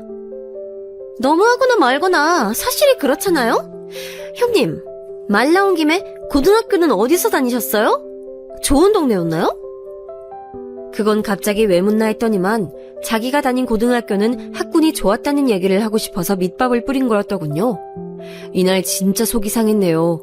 성격 나쁜 사람이라고 제 안에서 판병이 난 동서를 더 상대하기도 싫어졌고요. 제가 가만히 입을 다물고 있다가 동서한테 그랬죠. 아이도 있는 사람이 애엄마로서 마음 예쁘게 쓰고 살았으면 좋겠다고요. 그러자 동서가 보인 반응은 형님이 먼저 주제 파악하시는 게 순서 같은데 이런 중얼거림이었답니다. 사람이 너그럽게 꼬리를 말아줬으면 응당 화답을 해주는 게 일반적이지 않나요? 어디 끝까지 해보자는 것도 아니고 동서가 툴툴거리는 모습에 정말이지 기가 막혔어요. 그런데 그때 방에만 계시던 시어머니께서 나와보시더니 저랑 동서가 대치 상대로 분위기를 냉랭하게 내고 있는 것에 한숨을 쉬셨죠. 그러면서 저를 쳐다보시며 말씀하셨어요. 큰애가 작은애를 잘 따라주려무나 모르긴 몰라도 배울 건 꽤나 많을 게다. 손아래 동서라 생각하여 무시하려 들지 말고 큰애야, 네가 푸근하고 따사로운 마음씨로 작은 애를 매사에 감싸줘야 한다. 시어머니의 말씀에 저는 얼어붙었고 동서를 힐끗 쳐다보니까 입술을 실룩거리고 있었어요. 너무 황당했네요. 제가 굴러들어온 돌이고 동서가 박힌 돌이라 이런가 싶어서 조금 서러웠어요. 왜 싸가지 밥 말아먹은 동서는 아무 잔소리도 안 됐고 저만 푸근한 인심을 가지라며 종용당해야 했는지 이해가 안 됐어요. 생각할수록 억울하기도 했고요. 그런데 시댁 식구들이 동서한테 쓴소리 못하는 것에는 뭔가 이유가 있었더군요. 저랑은 달리 동서는 20대 중반의 나이에 결혼했어요. 게다가 시동생이 동서에게 무척 매달려서 성사된 결혼이라고 하더군요. 시부모님의 입장에서는 차남이 결혼하기 위해 사활을 걸고 애를 썼던 상대가 동서이기 때문에 뭔가 함부로 하기가 힘든 분위기가 처음부터 형성이 됐던 것이죠. 괜히 첫 단추를 잘 껴야 한다는 말이 있는 게 아닌가 봐요. 동서네 집안이 굉장히 잘 산다거나 부자이거나 그런 건 아닌데 학벌들이 평균적으로 좋은 편입니다. 그래서 시부모님께서 이거 아시고 동서의 배경을 무척 마음에 들어 하셨대요. 가방끈이 길다고 엘리트 집안이라고 추켜 세우시면서 그런 고상한 집안과 사돈의 연을 맺게 되다니 영광이라는 말씀도 하신 바 있었다고 하네요. 동서가 결혼 2년 만에 출산을 했는데 마침 아이도 시부모님께서 바라마지 않았던 남자 성별 손자였지요. 시부모님과 시댁 쪽 친척 어르신들이 동서한테 쉽게 이래라 저래라 말씀을 못하시는 기류가 깨질 기류 따위는 없었던 것입니다. 그뿐인가요? 가장 관건은 바로 동서의 성격, 아니 성질머리였죠. 어떻게 보자면 유순하고 활발하고 사교성 좋아 보이는 게 동서의 인상인데요. 다혈질이라서 쉽게 화를 내고 그 화를 참아야 할 이유는 스스로에게 절대로 없다고 여기며 짜증이 많은 동서를 이겨먹으려면 보통 성질로는 불가능했어요. 듣기로는 동서네 집안 식구들도 대체로 성격들이 한성깔한다고 그랬습니다. 특히 동서의 외사촌 오빠 되는 사람은 당초에 무슨 일을 하는지 모르겠는데 덩치가 크고 팔다리에 문신이 있어서 시동생을 포함한 온 시댁 식구들이 깜짝 놀랐었대요. 에이, 예상은 했지만 동서가 훨씬 더 만만치 않은 인물이었구나. 내가 어쩌다 동서처럼 성질이 유별난 사람하고 엮이게 됐는진 모르겠지만 적당히 상대해주고 적당히 사리면서 사는 수밖에 없는 것 같네. 답답하긴 해도 현실적으로 상황이 그런 것 같다. 제가 혹시나 어린 나이였으면 모르겠는데 그리고 제 조건이나 배경이 꼴릴 것 없이 뛰어났으면 또 모르겠는데 그렇지 않았기 때문에 동서랑 맞서지 않기로 했어요. 한마디로 그냥 이겨먹을 생각을 내려놓기로 했단 것이었지요. 그러면 대체 남편이란 작자는 이 모든 과정에서 뭘 하고 있었냐고요? 제 남편, 트러블 나는 걸 딱 질색하는 사람이에요. 누가 싸우거나 그러면 그걸 보는 걸 자체로도 피로감을 느끼는 사람이고요. 어디서 큰 소리 나면 자리를 피하는 유형이랍니다. 남한테 싫은 소리 하는 걸 어려워하고 남의 부탁을 거절하는 것도 어려워하며 특히나 아쉬운 말을 할 줄 몰라요. 손해를 자기가 보더라도 그냥 안고 가는 사람이라고 할 수 있죠. 제3자의 입장에서야 본다면 이런 사람이 우직하고 착하다라고 여길 수 있겠지만 배우자로 판단을 해보자면 솔직히 속이 갑갑해져 오는 것도 사실입니다. 왜 이런 남자한테 눈에 콩깍지가 생겨서 결혼을 했냐고요? 아무리 30 훌쩍 넘긴 나이였고 배경이 미미했어도 결혼은 더욱 신중했어야 하는 거 아니냐고요? 그러게요. 그런 객관적인 질문을 저 결혼 전에 누가 해줬더라면 제가 고민을 더 해봤을지도 모르겠네요. 하지만 누구나 살면서 그런 시기가 한 번쯤은 있잖아요. 옆도 안 보이고 뒤도 안 보이고 그냥 앞만 보이는 상태요. 밑도 끝도 없이 이 남자랑 결혼해야겠다라는 생각으로만 저는 예전에 가득 차 있었던 것을 어쩌겠나요. 환장하지만 제가 내린 결정이고 선택이기에 감내하는 것이죠. 하여튼 이런 남편과는 다르게 시동생은 성격이 조금 직설적인 편이라고 할 수 있어요. 기본적으로 기가 좀 세다고 해야 할까요? 그러니까 동서랑 손뼉이 잘 맞아서 결혼한 거였겠죠. 자기 동생이 기가 세다 보니까 남편이 3번 말할 거 참았다가 한 번만 말하고 이런 부분도 좀 있었어요. 놀랍게도 여기서 끝이 아니라 제가 일화 하나를 알게 되었는데요. 동서가 임신 막바지였을 때래요. 시동생이 회사에 금요일 회식 자리를 가서는 집에 안 들어온 겁니다. 열받은 동서가 계속 전화했는데 소용이 없었고 새벽 3시가 되어서야 간신히 통화가 됐는데 전화를 시동생이 아니라 회사 동료가 받았다고 하네요. 그러면서 그 회사 동료가 한 말이 시동생은 지금 노래방 도우미랑 노느라 정신이 없어서 전화를 받기 힘들다고 했다는 거죠. 동서 성질에 화가 안 나고 버틸 수 있었을까요? 어림도 없는 소리입니다. 그래서 그 후로요, 시동생이 동서한테 납작 엎드리게 됐고요. 그때 아예 동서가 시부모님 앞에 시동생을 데리고 가서는 아버님, 그리고 어머님, 앞으로 오빠는 제가 꽉 잡고 살 거니까요. 알아두셨으면 해요. 제가 오빠를 구워 삶아 먹든 튀겨 먹든 저 알아서 할 거니까 두 분은 참견하지 마시고 혼수도 두지 말아주세요. 이렇게 선언을 해버렸던 것이죠. 만삭의 임산부 앞에서 시부모님께서 무슨 반론을 하실 수 있었을까요? 상황이 그러했으니 앞으로 동서가 집안에서 뭔 개지랄을 떨든 가만히 계시겠노라고 약속을 하신 거예요. 원래도 동서가 강세였는데 시동생의 회식 일탈 사건 이후로는 더욱 분위기가 그쪽으로 넘어갔어요. 저는 그런 배경을 세세하게 몰랐기 때문에 당초에 이 시댁 사람들이 왜 저 말고 동서 편을 들어주는 느낌이 드는가 싶어서 답답함 속에 서러워하고 있을 수밖에 없었네요. 저는 약간 비약을 하자면 모범생 스타일인데 동서는 성격이라든지 말을 하는 게 톡톡 쏘는 편인데다가 말빨도 세고 아무튼 간에 그래서 저는 똥이 무서워서 피하는 게 아니라 더러워서 피한다는 심정으로 동서랑 안 부딪히려고 노력하며 지내게 됐어요. 하지만 시댁이라는 지대한 공통점이 떡하니 존재하는 이상 제가 그까진 노력을 한다고 해서 엮이지 않는다는 건 말이 안 되는 일이었답니다. 시아버지께서 등산을 가셨다가 다리를 삐끗하셨을 때도 그랬죠. 한동안은 아버님이 거동하시기 힘드실 텐데 어머님이 어떻게 다 감당하시겠어요? 이럴 때 며느리 찬스를 쓰셔야죠. 안 그래요, 형님? 형님이 아무래도 시간 많으시니까 아버님 보살펴 주시면 딱 되겠네요. 내가 시간이 많다니. 나도 일정 있고 할 일이 매일 있는 사람이야. 동서는 내 뭘 보고 내가 시간이 많다고 하는지 모르겠네. 전 애 때문에 안 돼요. 애를 봐야 돼서요. 근데 형님은 봐야 될 애가 없으시잖아요. 혹시 아버님 수발 들기 싫다고 일부러 그러시는 건 아니겠죠? 착한 형님이 그러실 리는 없다고 믿어요. 참고로 그때 저는 일주일에 3번 동네에 있는 카페에서 아르바이트를 했고요. 집에서는 문서 작업하는 걸로 돈벌이를 했어요. 대부분의 사람들처럼 직장으로 출퇴근만 안 했을 뿐이지 똑같이 근무를 하는 셈이나 다름없었는데요. 이게 장소 제약을 안 받다 보니까 동서는 제가 시댁에 가서 문서 작업을 하면 된다고 주장했습니다. 이가 빠드득 갈렸는데 누군가는 시댁에 가서 시아버지를 한 번씩 들여다봐드리며 시어머니를 도와드려야 하는 상황이란 건 명백했기에 그냥 제가 그렇게 하기로 했어요. 다만 동서의 입김에 의해서 제가 그 입장에 놓이게 되었다는 게 짜증이 났죠. 그놈의 애 핑계는 왜 이렇게 되던지 시어머니의 생신상을 차렸던 일화도 만만치 않았네요. 형님이 집안에 이런 되시고 나서 처음 맞는 어머님 생신이네요. 어머님께서 밖에 나가서 외식하는 것보다 집밥 좋아하는 건 형님도 알고 계시죠? 그건 나도 알지. 근데 작년에는 소갈비 식당 가서 생신 식사를 한 걸로 내가 알고 있었는데? 작년엔 그럴 만한 사정이 있어서 외식을 했던 거고요. 올해는 어머님께 생신상 차려드리기로 결정했어요. 며느리가 이제 하나도 아니고 둘인데 뭐가 문제겠어요, 형님? 집밥의 정성은 돈으로도 살 수 없는 건데요.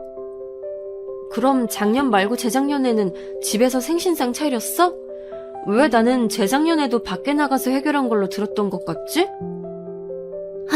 형님, 지나간 일은 왜 그렇게 따져대세요? 올해는 저희가 어머님 생신상 차려드리기로 이미 정해졌다니까요? 진짜 사람이 왜 이렇게 매사에 불만이 많고 트집 잡는 게 많아? 뭐라고? 안 그랬다가는 올해는 직접 차린다는 게 내 입장에선 이상하게 생각되니까 물어볼 수도 있는 거지. 동서야말로 너무 예민한 것 같네. 그리고 나는 미리 들은 바도 없는데 동서가 결정했다, 그러기로 했다 이렇게 통보하면 내가 당연히 당혹스러울 수 있지 않겠어? 그래서 어머님 생신상 차리기 싫으시다고요? 결국 그 말씀하고 싶은 건데 돌려 말하시는 거잖아요. 내가 언제 그랬어? 아니야. 생신상을 직접 차리기로 했으면 당연히 그걸 따라야지. 내가 그렇게 하기 싫다는 뜻은 아니었어. 그럼 그냥 입 닥치고 어머님 생신상 차릴 준비나 하시면 돼요. 어차피 할 거면서 왜 이렇게 쭈글쭈글 대시는지. 나이도 많으시면서 그 나이는 다 어디로 먹으셨나 의심스러워요. 확실히 결혼 생활 더 오래 하고 아이 낳고 키우며 사는 저랑은 정신연령이랄 게 차이가 난다고 할까요? 현상을 바라보는 성숙함이 형님은 저랑 좀 다르네요? 진짜 차라리 말을 말지 싶었네요. 성질 따라서 말을 있는 대로 뱉어버리는 동서 앞에서는 차라리 무건수행하는 게 가장 낫지 않을까 싶기도 했을 정도예요. 시어머니께 여쭤보니까 정말로 생신 때 집밥 먹자고 하신 게 맞더라고요. 그래서 동서랑 둘이 차려서 준비하기로 했어요. 그 전까지는 착착 메뉴 선정이며 장 보는 거 분담까지 큰 이상 없이 잘 됐는데 왜 하필 딱 그 당일 이른 아침에 동서한테 피치 못할 일이 생겼을까요? 애가 아프대요. 시조카가 아침에 일어나자마자 아프다고 칭얼거려서 별 수 없이 소아과를 당장 가야 한다고 하더군요. 누가 뭐라고 하나요? 당연히 가라고 그랬죠. 소아과 갔다가 시댁으로 바로 와서 저랑 생신장 준비하면 될 것 같다고 그랬어요. 그러자 동서가 하는 말이 토요일에는 소아과가 유난히 붐벼서 한두 시간 내에 진료를 절대 못 본다고 하는 거예요. 그래서 많이 늦어질 수도 있으니 저한테 혼자 시작을 다 하라고 그랬습니다. 시동생은 뭐 하냐고, 그럼 시동생이 애를 소아과에 데리고 가면 되는 거 아니냐고 그랬더니 그건 또 안 된다고 하네요. 시동생이 감기 기운이 있어서 워낙 컨디션이 안 좋다고, 아무래도 애가 자기 아빠한테서 열이 옮은 것 같다고 동서가 태연하게 말했어요. 가뜩이나 저희 남편이 한 달에 한 차례 주말 당직이 돌아오는 때였는데 별 수 없이 저 혼자 시댁에 가서 요리하기 시작했죠. 감기가 유행이긴 했는지 시부모님 둘 다 휴지로 코를 풀고 계시는 모습에 제가 좀 난감했고요. 그런 마당인데 시어머니께 적극적으로 거들어달라고 부탁드릴 수가 없어서 거의 다 제가 했어요. 한참 제 눈치를 살살 보시던 시어머니께서 부엌으로 와서 뭐라도 거들어 주시려던 찰나 드디어 동서가 왔어요. 애를 품에 안은 채 말이죠. 어머님이 요리를 다 도와주고 계셨어요? 오늘은 어머님이 주인공으로 식사하실 건데 이러시면 안 되죠. 얼른 가서 쉬세요. 형님하고는 이제부터 제가 같이 하면 돼요. 아니, 나는 아직 별로 도와준 것도 없고 이제 막 부엌에 발을 들인 참이었는데 그러려무나 둘이서 하면 뚝딱 끝내버리겠지. 시어머니께서 떨떠름하게 말씀하시고는 퇴장하셨어요.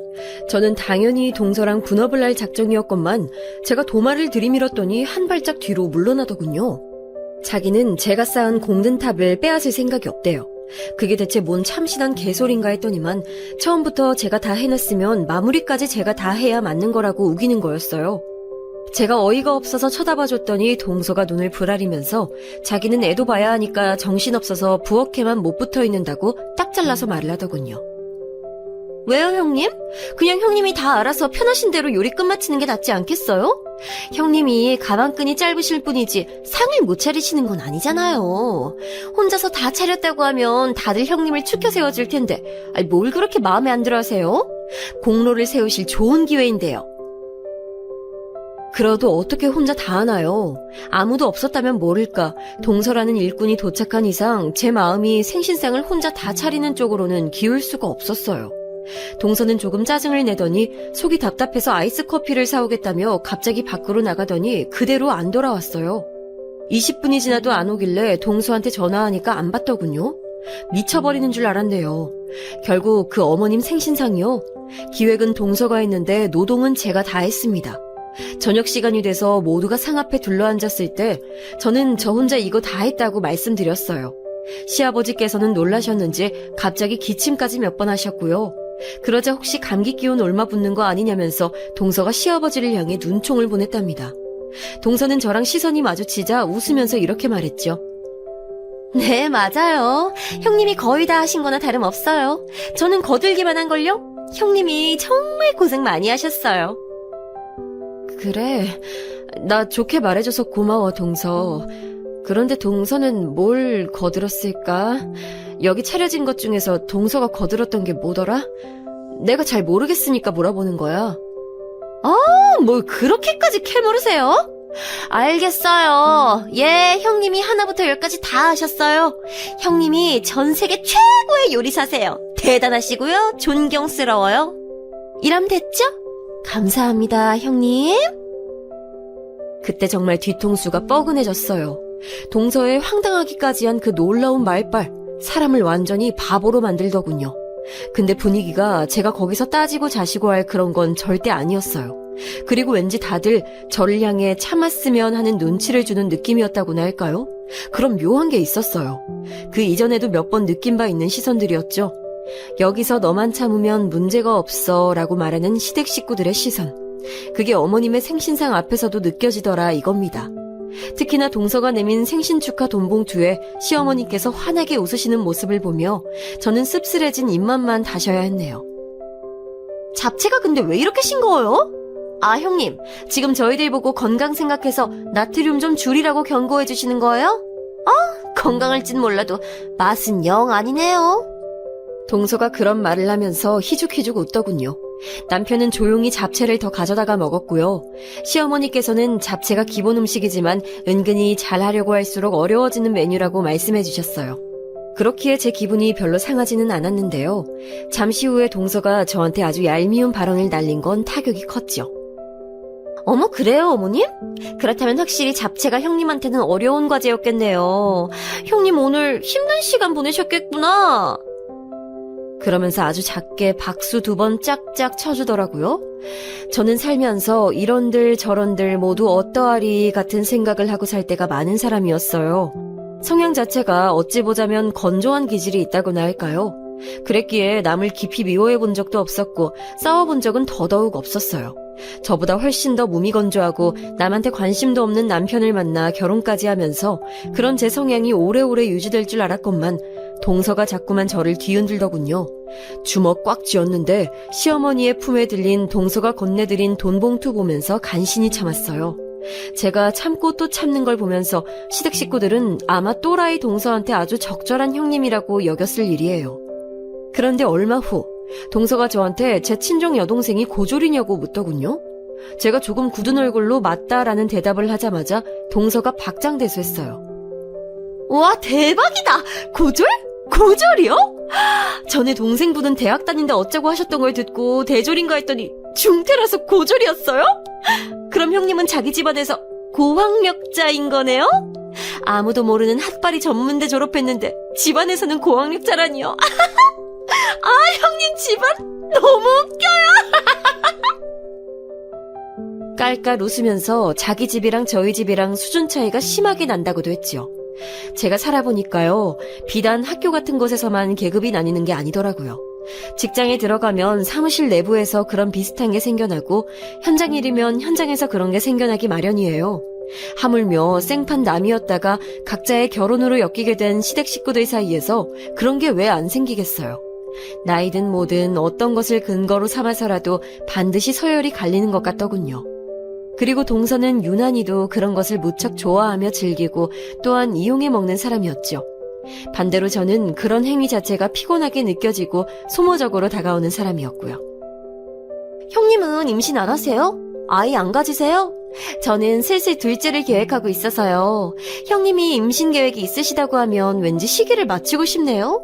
애들끼리 동갑으로 키우면 너무 좋을 것 같지 않아요? 재밌을 듯 싶은데요. 동서의 그 말 듣는 것만으로도 너무 싫었네요. 상상만으로도 동서랑 같은 시기에 임신을 하고 있는 것에 몸서리가 쳐졌어요. 만약 그렇게 되면 사사건건 비교가 시작될 텐데 소름이 끼쳤죠. 저는 동서랑 되도록 접점이 없었으면 하고 바랐는데 동서는 자꾸만 저에게 시비를 걸어왔어요. 그 외에 학교 다닐 때도 보면 일진 양아치들이 자기들끼리만 모여서 놀면 되는 것을 꼭 죄 없는 조용한 애들을 낚아다가 데리고 다니며 괴롭히고 삥 뜯고 그러잖아요. 동서를 보면 꼭 그런 것과 겹쳐졌어요. 남한테 못되게 구는 종자들은 혼자 있으면 심심해 죽겠나 봐요. 누구라도 툭툭 건드리고 괴롭혀대야 자기 직성이 풀리는 것 같았어요. 형님, 지난주에 지방 나들이 가셨었다면서요. 예쁜 곳 구경하고 오셨으면 저한테도 알려주시고 추천도 해주시고 그래야지. 왜 항상 입을 꾹 다물고 계세요? 저한테 불만 있다고 시위하시는 것도 아니고 늘 생각하는 건데 형님은 덩치는 거인이시면서 속은 난쟁이보다도 못하시네요.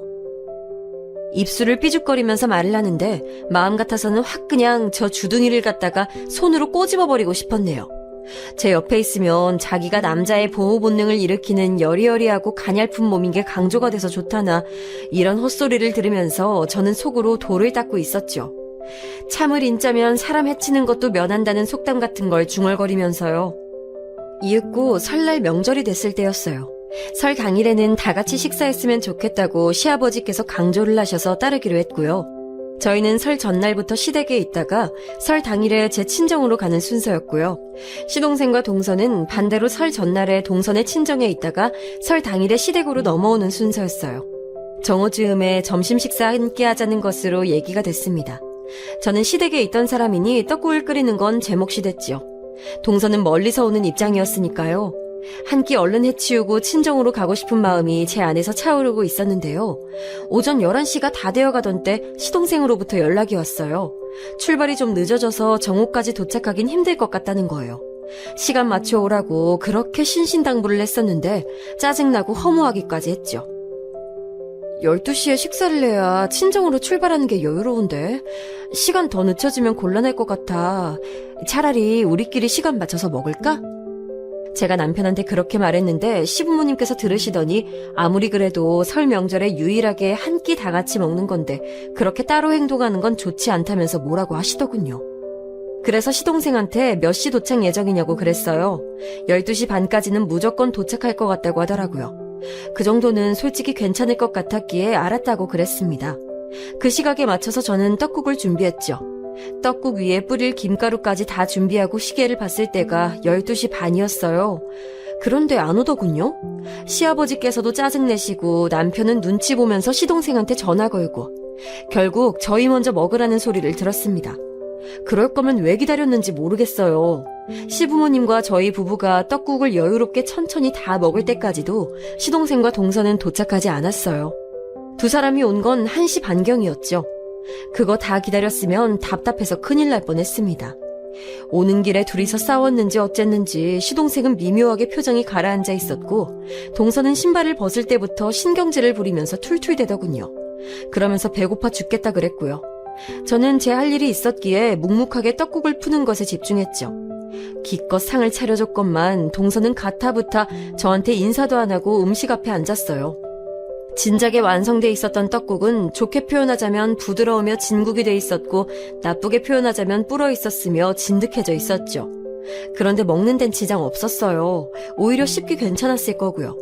시동생은 시부모님께 이런저런 말을 하면서 왜 늦었는지 하는 이유를 대느라 아직 부엌 입성 전이었어요. 그럼에도 동서가 식탁에 앉아서 먼저 대뜸 수저를 든 거였고요. 동서가 제 쪽을 힐끗 보더니 계란을 너무 안 예쁘게 붙였다나 뭐라나 그렇게 중얼거렸는데 제가 그냥 못 들은 척 해줬습니다. 고무장갑 끼고 설거지 시작한 참이었거든요. 근데 동서가 호들갑 떠는 소리만은 도저히 무시할 수가 있었어야 말이죠. 아, 뭐야? 아우, 이거 왜 이렇게 짜? 바닷물 퍼다가 떡국을 끓였나? 나트륨 덩어리 이거 뭐야? 한 입 먹자마자 기분이 확 나빠지네. 저기요, 형님. 일부러 저 골탕 먹이시려고 소금 왕창 뿌리신 거예요? 무슨 소리야? 내가 그럴 리가 없잖아. 간이 조금 간간하게 되긴 했는데 우린 다 맛있게 먹었어. 아까보다 더 졸인 것도 아니라서 간이 비슷할 텐데 그렇게나 짜다고? 네, 그렇게나 짜요. 차라리 싱겁게 끓인 거면 소금 쳐서 먹으면 되는데 짜게 끓여 놓으니까 수습이 안 되잖아요. 짜증나. 떡국 기대했는데 이게 뭐야? 살면서 먹어본 떡국 중에서 제일로 맛없네. 동서는 아이 키우는 엄마가 음식 투정 한번 참 잘한다. 아이가 음식 투정할 때마다 동서는 할 말이 없겠어. 본인이 하도 투정을 하니까. 먹기 싫으면 먹지 마. 억지로 먹으라고 강요는 안 해. 저는 제가 끓인 거니까 완벽히 객관적이 될 수는 없겠지만 통상 맛있는 떡국이라는 기준은 거의 정해져 있잖아요. 그렇기에 저는 그 떡국의 맛이 이상하지 않다는 걸 알고 있었고요. 그렇게까지 짜지 않다고도 생각했어요.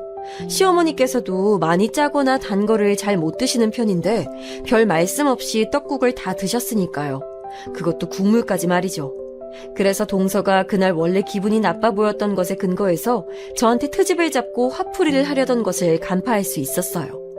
딱딱하게 동서한테 말을 하고선 다시 달그락거리며 설거지를 이어가려고 하던 때에 동서가 수저로 떡국 그릇을 마구 뒤적거리면서 이렇게 중얼거리는 소리가 들려왔습니다. 못 배워먹고 대가리 나쁜 무식한 년이 무식하게 덩치만 커서는 이런 거 하나 간도 제대로 못 맞추네. 아, 명절날에 사람 기분 잡치게 만드는 년. 아, 열받아. 만일 제가 그 음성을 못 듣고 놓쳐버렸다면 지금은 어떤 게 달라져 있을지를 저는 가끔 궁금해해요. 그러나 이미 돌이킬 수 없이 벌어진 일은 벌어진 뒤였죠. 저는 제 안에서 기생이 오면서 저를 향해 참아. 그냥 참으면 되잖아. 참는데 돈 들어가? 이렇게 말을 해오던 벌레 한 마리를 그 순간 터뜨려 없애버렸습니다. 그리곤 고무장갑을 낀 채로 동서가 앉은 식탁에 돌진했죠. 야, 이 조그만 난쟁이 똥자루야! 너 어디 이리 와봐라. 오늘 너 죽고 나 죽고 한번 해보자. 명절 기념으로 단판 한번 지어보자고! 너 당장 일어나. 안 일어나냐? 왜? 갑자기 겁이라도 나니? 지금까지 내내 그랬던 것처럼 주둥이 열어봐. 나한테 당당히 맞서 보라고! 제가 동서의 코앞에 서서 위협적으로 내려다보며 말했어요. 저의 커다란 눈은 그 순간에 무서운 빛으로 더욱 커다래져 있었겠지요. 동서가 한 손에 수저를 쥔 그대로 굳어서는 입을 쩍 벌린 채 저를 올려다보고 있었네요. 당황했는지 아무 말도 못하고 굳어 있었어요. 그러더니 침을 아주 꿀꺽 삼킨 후에 저한테 기껏 이런 말이나 했지요. 제가 왜요? 제가 왜 형님이 하란 대로 해야 하죠? 형님이 일어나라니까 갑자기 일어나기 싫어지는데요. 덩치로 밀어붙이시는 것 같은데 굉장히 무식해 보여요. 내가 진짜 무식한 게 뭔지 보여줄까? 네가 아직 무식한 걸 못 본 것 같아서 내가 선심 써서 시범 하나 보여주련다. 저는 말을 마치자마자 동서의 앞에 놓여있는 떡국을 집어들어서 그대로 확 끼얹었어요. 동서의 얼빠진 면상에다가 말이에요. 동서가 악소리를 내면서 비명과 함께 자리에서 벌떡 일어났습니다. 별로 뜨겁지도 않았을 건데 오만 호들갑을 다 떨면서 발작하더군요. 부엌으로 달려온 시부모님과 제 남편, 시동생은 경악한 상태였어요. 이게 무슨 일이냐며 모두가 난리들을 치는 와중에 저는 유일하게 침착함을 유지하는 사람이었고 목소리 또한 차분하게 흘러나갔어요. 이렇게 하니까 자리에서 일어나네. 역시 동서는 말로 하면 안 들어먹고 이렇게 행동으로 보여줘야 말을 들어먹는구나. 그래서 여태까지 윗사람이자 나이도 더 많은 나한테 개같이 까불어댄 거였어? 내가 말로만 동서한테 그랬기 때문에? 이제 동서가 어떻게 해야 말을 쳐듣는지 내가 확실히 알았으니까 앞으로 동서 정신머리 교육 똑바로 시켜줄게. 발버둥 치는 건 동서 자유라서 말리진 않겠지만 글쎄, 난쟁이한테 거인에게 덤빌 용기가 있는지 모르겠다. 우리 엄마 아빠한테 다 일러바칠 거야. 우리 사촌 오빠 한 명 엄청 덩치 크고 무서운데 형님 그거 모르셨나 보네요. 이제 형님 큰일 났어요. 그래. 근데 동서 가족들한테 뭐라고 말하게? 형님한테 지금까지 깝죽대면서 모욕을 퍼부었다가 떡국세례 맞았다고? 그렇게 말하면 가족들은 동서를 도와주게 되는 거야? 그 집안 수준 한번 엄청 높다. 대학 나와서 일진 양아치처럼 구는 거 안 창피할까? 동서는 자기 가족들이 고작 그런 수준이라고 나한테 알려주고 싶어서 안 달났나 봐. 동서가 몸을 바들바들 떨어댔고 그때 남편이 제 어깨를 감싸면서 부엌 밖으로 나갔어요. 제 가방이랑 겉옷은 자기가 챙길 테니까 먼저 차에 가 있으라고 하더군요. 부엌 쪽에서 동서가 악에 바친 소리를 지른 순간 놀랍게도 시아버지의 호통 소리가 들려왔어요. 그쯤 하거라! 무식하고 천박한 것에도 정도라는 게 있다. 오냐 예쁘다 하고 봐주니까 네가 그 정도를 모르고 설치는구나. 그러자 동서가 조용해졌죠. 저는 친정으로 가서 편안한 시간을 보냈어요. 남편이 앞으로는 시댁에 발길 안 하겠다면서 저한테 사과를 하길래 저는 그럴 필요 없다고 말을 할까 하다가 관뒀습니다. 그 후로 시부모님께서는 저에게 조심스러워지셨고 제가 시댁에 와줬으면 하시면서 저자세로 나오셨어요. 동서요? 그로부터 2달 후에 마주쳤었는데 저를 째려보길래 제가 기지개 한번 켜줬더니 거의 오줌 지릴 듯한 기세가 돼선 꼬리를 말더군요. 제가 팔을 휘두르는 것만 봐도 흠칫하더라고요. 시동생한테서 들었는데 동서가 자기 집안 사람들에게 제 얘기를 안 했대요. 솔직히 동서도 양심이란 게 있으면 부끄러워서 말을 못 꺼냈겠죠. 시동생도 저랑 남편 둘 다에게 그간 죄송했다면서 사과를 해왔네요. 동서가 저에게 사과를 한 건 그로부터 무려 1년이 더 지났을 때였어요. 제가 저희 아이를 임신하고 있던 시기였는데 선물을 들고 먼저 저를 찾아와서는 죄송하다고 말을 하더군요. 뭔 바람이 불어서 정식으로 사과까지 했는진 몰라요. 그냥 안 물어봤네요. 시간이 꽤 흐른 현재 저는 거리낌 없이 행동하고 활보하고 다니는데 동서가 저를 피해 다니고 있는 와중입니다. 저랑 접점 안 만들고 싶어서 안달인 게 느껴지고요. 시부모님께서는 예전과 비교할 수 없을 정도로 저한테 친근하게 대해주셔서 화목하게 잘 지내고 있답니다.